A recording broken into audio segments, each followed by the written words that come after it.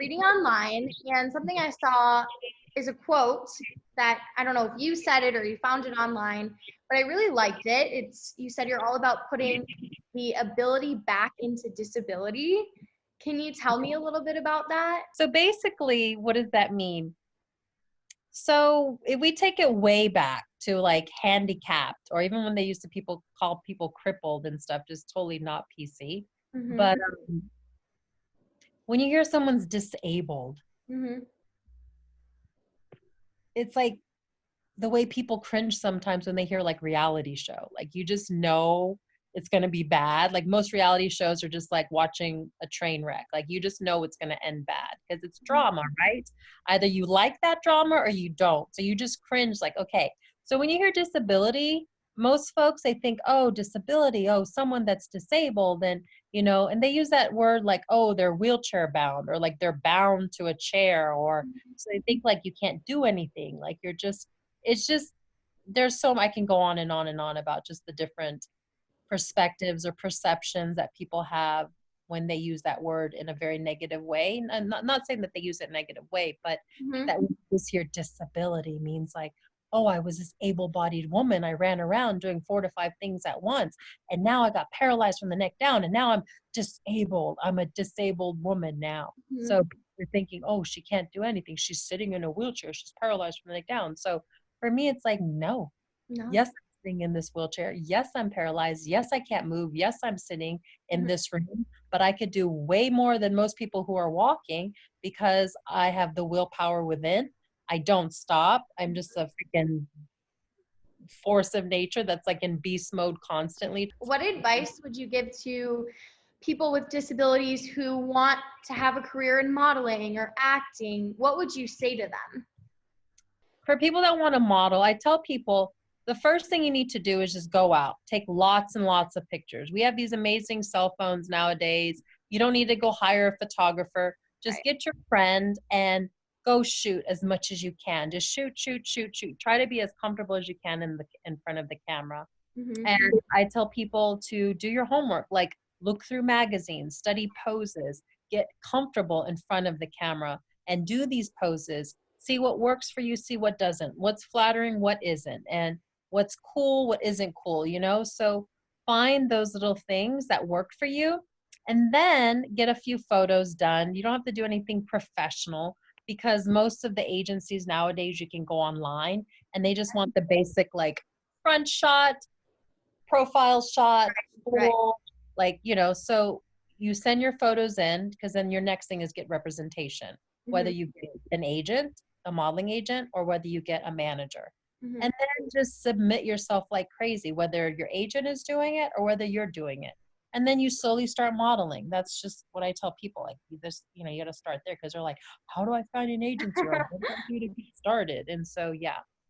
After your accident, did you have any doubts about like coming back into the entertainment industry? When I was 17, I left home at 17 to get in the entertainment industry because I knew that if I started modeling, if I was going to be that first ever Asian American supermodel, Angela Rockwood, that I would be on a platform on a level where I can reach thousands and millions of people. I understood the power of entertainment, that if you're out there in the media, that you can move and shake a lot of people. So I understood that. So when I was injured, being paralyzed at that very moment, it's not that I knew I was going to get in the entertainment industry again. I knew that I was going to be a voice for others that were in the dark. I knew that I was going to be this beacon. I knew I was going to be thrown on this path because I knew at that very moment there was only 2 roads, the positive road or the negative road. What advice would you give to people who are still in the process of like learning to love themselves and fully accept themselves completely? Back in the 90s when the supermodels ruled the world, and I moved to New York as this model, like this new model, like, oh my gosh, I'm gonna be the first Asian supermodel. And you go in and you meet these photographers and they're like wanting you to take your clothes off, or you're backstage at a runway show, like, and the models just throwing their clothes off to change. I was that girl that was like my booty, like in the corner, like huddled and hiding as I was changing because I was shy. I was not comfortable in my skin. I was not embracing my body, and I had my insecurities, and I would hide them even though I was this model and I was this young girl that was portraying to have this Mhm. perfect image, quote unquote, you know. And so my advice to people out there, don't sweat the small stuff, okay? Don't compare yourself to what you see. And back then it was magazines and TV. Now it's social media. Social media. You see so much stuff with the internet now. It's ridiculous. Like the amount of information that's going through people's minds and what they see is redonkulous. Mhm. So it's easy for a girl to get insecure. It's easy for a guy to get insecure about his body or how he looks because what they see of these washboard stomachs to these stick rail thin women and whatever, whatnot. Obviously, and fortunately, the industry is changing where there's women of all shapes and sizes now, of color and age and everything, which wasn't going on years and years ago, which Yeah. I'm so thankful for, with even like PWDs, performers with disabilities. So my advice for people out there, which I dealt with it, was there I was before my car accident, running around working out like a fiend and trying to get that perfect number 10 body, like perfect arm, perfect legs, perfect stomach, like just Mhm. working out twice a day, 6 days out of the week. And every time I looked in the mirror, I just wasn't satisfied. And I was dealing with my own demons within myself. And I was my own demon because I just wasn't happy with myself. And Mhm. then what's crazy is after the car accident, I look back and I look at those pictures and I was like, girl, you had it. Like, you may not have been a 10. You probably felt like a 4, but I was probably at least a 7 or 8, maybe a 9 on some good days. But the thing is now, being in a wheelchair, completely atrophied, bony everywhere. Mhm. And again, I call it my alien stomach, like, you know, it's like quad belly, to Angelina Jolie noodle arms, to just atrophied legs. I don't have the muscular legs I had before. Mhm. No acetol. I suffer from no acetol.